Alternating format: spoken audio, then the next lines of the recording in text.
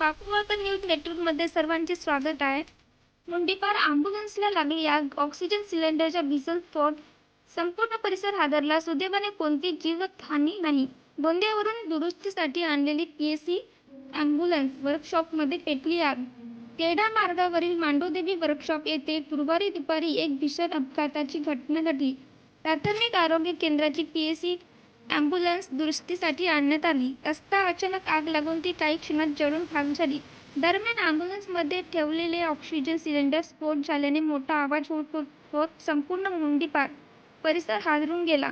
मात्र सुदैवाने या घटनेत कोणतीही जीवितहानी झालेली नाही.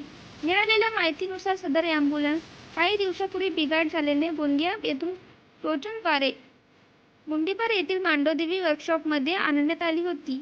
गाडी वर्कशॉपच्या परिसरात उभी केल्यानंतर अचानक इंजिनच्या भागातून धूर निघू लागला. काही क्षणातच आग पेट घेतली आणि ती वेगाने गाडीभर पसरली. याचवेळी आत असलेल्या ऑक्सिजन सिलेंडरचा स्फोट झाला. स्फोटचा आवाज इतका प्रचंड होता की परिसरातील नागरिक बाहेर पडून घटनास्थळी धावले.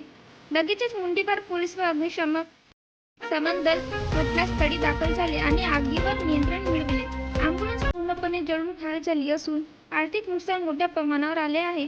प्राथमिक तपासानुसार गाडीच्या विद्युत वायरिंगमध्ये शॉर्ट सर्किट होऊन आग लागल्याचा अंदाज व्यक्त करण्यात येत आहे. पुढील तपास मुंडीपार पोलिसांकडून सुरू आहे. या घटनेनंतर काही काळ परिसरात तणाव आणि भीतीचे वातावरण निर्माण झाले होते. नागरिकांनी वर्कशॉपमधील अन्य वाहनांना सुरक्षित स्थळी हलवून मोठा अनर्थ टाळला.